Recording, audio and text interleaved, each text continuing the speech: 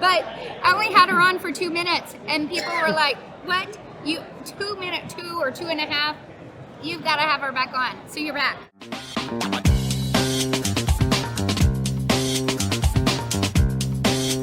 Hey, I'm Elise Baughman. I'm an anime voice actor, and today I am with the one and only Laurie Steele. How you doing? How you doing? Good. This is Anime Adventures, where I bring you interviews with anime voice actors, and today we are at KamehaCon. The convention world is back. This is fantastic. Fantastic. Fantastic. So, of course, you know Laurie is the voice of Kid Krillin. You've gotten requests to be back on because the last time I had Laurie on the show, I interrupted you. No, I wasn't really singing. Oh, you weren't. I like trying to do Kid Krillin. But I only had her on for 2 minutes, and people were like, what? 2 minutes, 2 or 2.5? You've got to have her back on. So you're back. I'm back. You're back. I'm back. I'm back.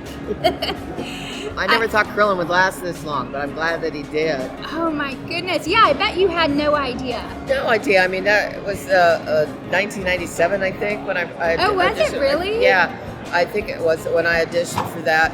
And, you know, we had no idea that it was going to be anything that it was. And I'm so thankful that it was. But, you know, it was Mike McFarlane, Josh Martin, and Chris Rager, and I all got hired within the same amount of time, and then we went on to do this, never thinking that this, many, many years later, would still be going the way it is, which I'm thankful for. So here I am.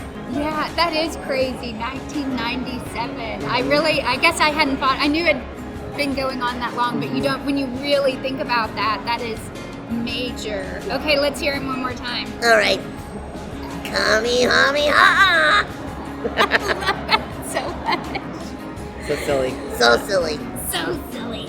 So silly. But you've got other great characters. I love your range too. So let us That was from One Piece. talk One Piece. Yes. Alvida was just real soft and sexy and lovely when she wasn't, you know, when she was calm and collected on her pirate ship.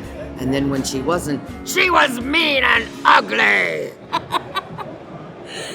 Oh my goodness. I love doing characters. Really gets yourself going on those. Now, when you're creating character voices, do you try to come up with something on your own when you're at home, or Yeah. do you just kind of walk in the booth and go? Well, yes, on both of those. I mean, Yeah. sometimes you hear an interesting voice.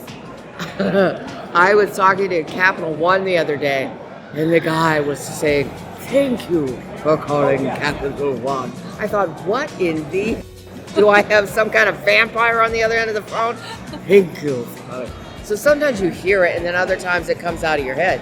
Because there have been times where I've been in the booth, and, you know, Funimation had like A, B, you know, the booths are A, B, C, D, E. So they might say you have 5 lines in A, and then you go down to D, and you'll have 10 lines in that. Or, you'll give you like 30 seconds of instructions. Well, this is what's going on. Go. Well, all right, then you have to come up with something. So, I mean, but I've done characters since I was a little kid. Oh, have you really? Oh, yeah. I mean, I was an only child, so a lot of times I just did characters because to entertain myself. And my grandmother would just say, you know, I thought you were in a room full of kids and it's just you. And then on the other hand, my mother would just say, you're a very strange child. I think we did talk about that. Yeah, I mean, I love the Jetsons and the Flintstones and all of those, Astro Boy. And I honestly told my mother at that time, I'm going to do this. And she thought I was crazy, but I did. I was a teacher for a while, and I just decided I wasn't really crazy about children and decided to do something else. So I got into this, and I auditioned for a morning radio show back in Toledo with Bartz and Shaw. They were so funny, and they really brought me along, and they could do all kinds of characters. So it always sounded like we had a room full of funny things happening in the room with just us in different studios just going at each other. And I absolutely loved it. And that was a lot of my training. That's really cool. It's cool that you did it, because some people have been doing voices since they were young. I was not one of those people. I discovered it later on. Do you have a list of characters where if they ask you to do certain things, you go, let me go through my We were talking about Borderlands earlier. Oh, yeah, you've done Borderlands. There was a character I do, she's called Henrietta, and she was a librarian, and they said they needed an English accent. So it was either, do you want something very proper, or do you want something a little more crass, or which is Harriet, you want something really old, and she would get really stuff with people that were too loud. And that's where I ended up. So what do you want, it nice, or do you want do you want something really old? And that's where she came from. Okay, so you've got accents and dialects in your toolbox too. Yeah. I've always been able to do a lot of that, but that's not necessarily what they need for all of the Japanese anime. But yes, I mean, I've done Russian characters and Yiddish and whatever they wanted. I could pretty much figure out what I want to do. Man. If I can listen to something, I could do it, and you can too.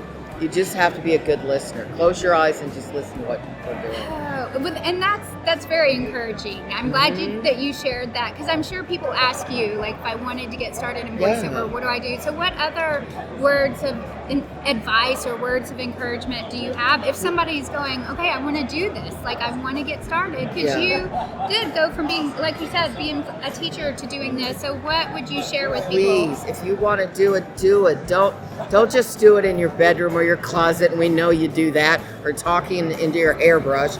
I mean, please record yourself. Please get out there and do those auditions. You're not going to regret it. And who cares if you fall flat on your face the first couple of times?